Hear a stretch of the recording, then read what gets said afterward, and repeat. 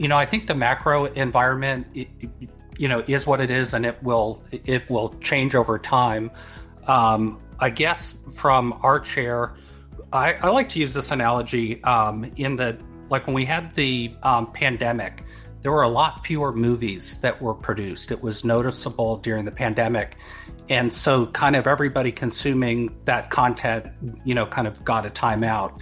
I feel like, just the stage we are in the cycle, kind of starting from 2020 when everything was gangbusters, we're in a kind of pandemic phase where there's a lot less movies, kind of quote unquote, being made. There are a lot less assets. I had a colleague this morning tell me one of the MSP assets that we have in-house that will come as either an add-on or a platform that, quote unquote, it's the best MSP that they've ever seen.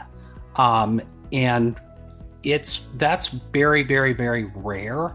I would say there are many, there are many assets that are out there that are roll-ups of businesses that are not growing organically. And I think those are especially challenged right now at the moment. And I think it has less to do, I think this is just a classic Econ 101 supply demand. We've got, just a limited number of assets that come out.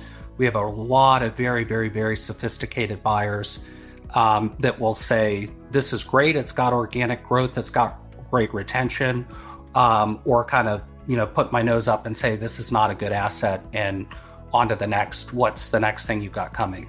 So Yeah. very, very few down the center that are, kind of above average businesses. There may be some standouts, but a lot of the inventory, I think has been picked over really well at this stage.